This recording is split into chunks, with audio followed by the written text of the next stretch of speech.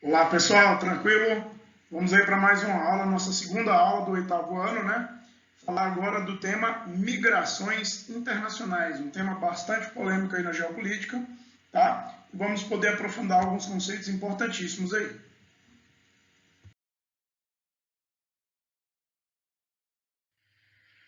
Veja aí que nós já começamos com o mapinha, né?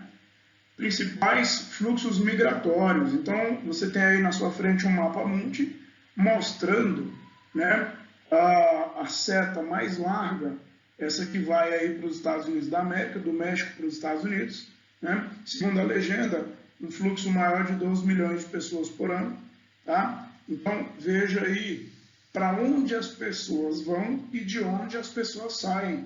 É muito comum perceber esse fluxo de boa parte do planeta para os Estados Unidos da América, Ásia, América Latina, África, de todos os locais você percebe esse fluxo. Você também percebe um fluxo muito grande da África para a França, veja lá, da Argélia para a França, né?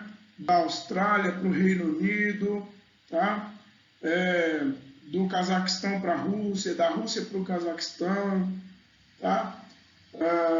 Então, perceba os fluxos migratórios mais importantes do planeta aí.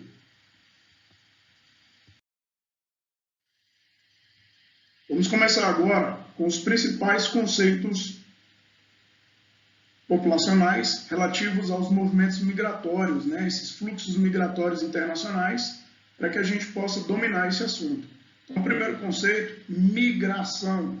Migrar significa deslocar-se sobre o território.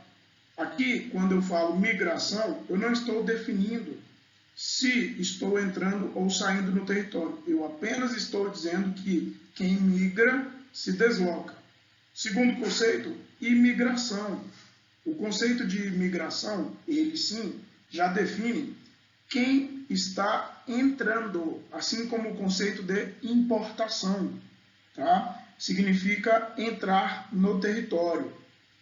Já o terceiro conceito, emigração, que nos lembra também a palavra exportação, significa saída do território, um movimento de saída do território. Migração interna ou migração doméstica. Quando você se desloca de avião de um estado para outro dentro do Brasil, lá no saguão do aeroporto, alguém vai te esperar num local chamado desembarque doméstico, voos domésticos. Porque ele ocorreu dentro da casa, ou seja, dentro do país. Tá? Já o último conceito aí, migração externa ou internacional, tá? Você vai ter a saída do território, né? Quando você vai do Brasil para a Argentina, essa migração foi externa, porque alguém saiu de dentro de um país e foi para outro país. Dando continuidade aí nos nossos conceitos de movimentos migratórios, né? Nós vamos ter aqui agora a migração intrarregional, também já estudados aí no sétimo ano. Vamos revisar apenas. Migração intrarregional é aquela que ocorre dentro de uma mesma região geográfica.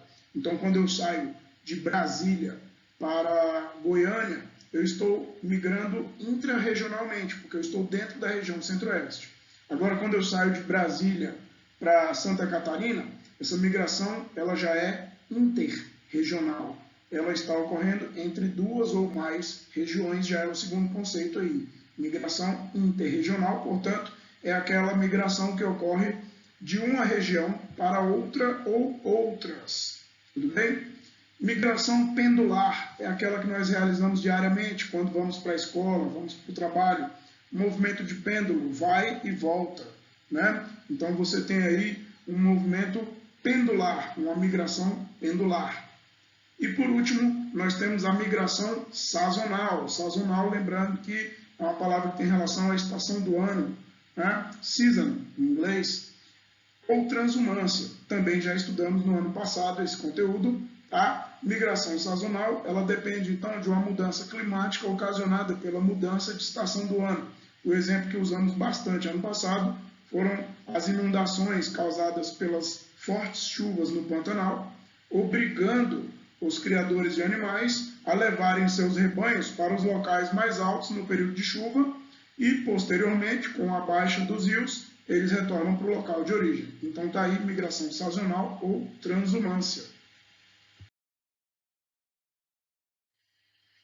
Dando prosseguimento, então, aos conceitos migratórios, nós temos aí um muito conhecido também, que é o êxodo rural. Então, conceituando o êxodo rural, ele é a saída do campo para a cidade com ânimo definitivo. Estudamos bastante isso no 7º ano, e aí vocês lembram, aqui não vale aquela saída temporária, ela é uma saída com vontade de habitar o espaço urbano. Tá? Se a pessoa deixa de viver no campo com o objetivo de morar na cidade, eu chamo isso de êxodo rural. Tá? Causas principais do êxodo rural: modernização rural, que é a mecanização do campo. Eu deixo de usar mão de obra humana e passo a usar máquinas no processo produtivo. A própria industrialização que ocorre na cidade atrai pessoas do campo para trabalhar nas fábricas. A busca pelo estilo de vida urbano, o encarecimento da mão de obra no campo, isso em escala global, não apenas no Brasil. Tá? Então, esses são os principais fatores ou causas que levam as pessoas a deixarem o campo e passarem a morar na cidade pelo movimento migratório chamado êxodo rural. Agora vamos trabalhar um tema extremamente triste da geopolítica, extremamente polêmico, né? Eu já começo aí explicando para vocês essa imagem, né? É uma imagem aérea mostrando uma embarcação com pessoas saindo de um lugar, indo para outro, né? Provavelmente você vai ver muito esse tipo de embarcação saindo da África, indo para a Europa, o norte do continente africano ali, indo em direção ao sul da Europa, atravessando o mar Mediterrâneo.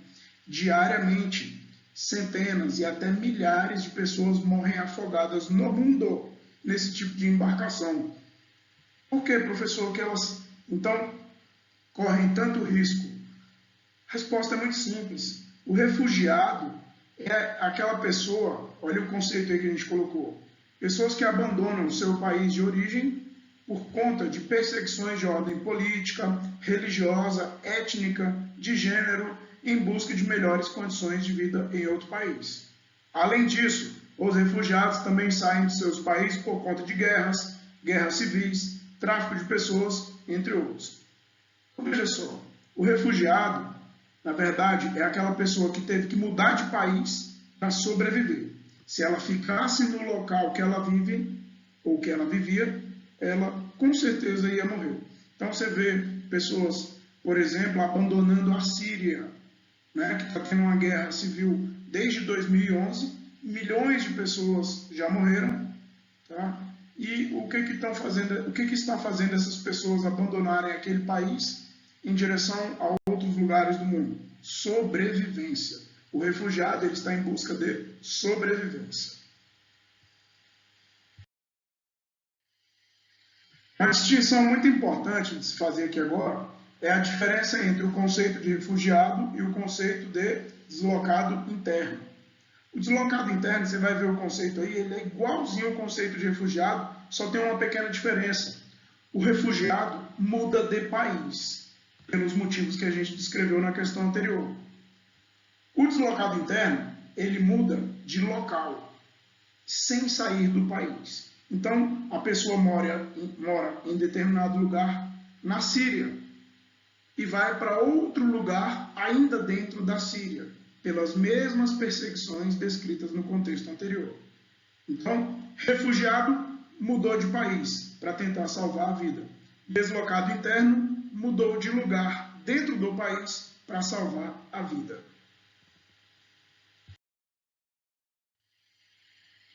Veja agora um pequeno mapa aí, falando dos deslocados pela violência.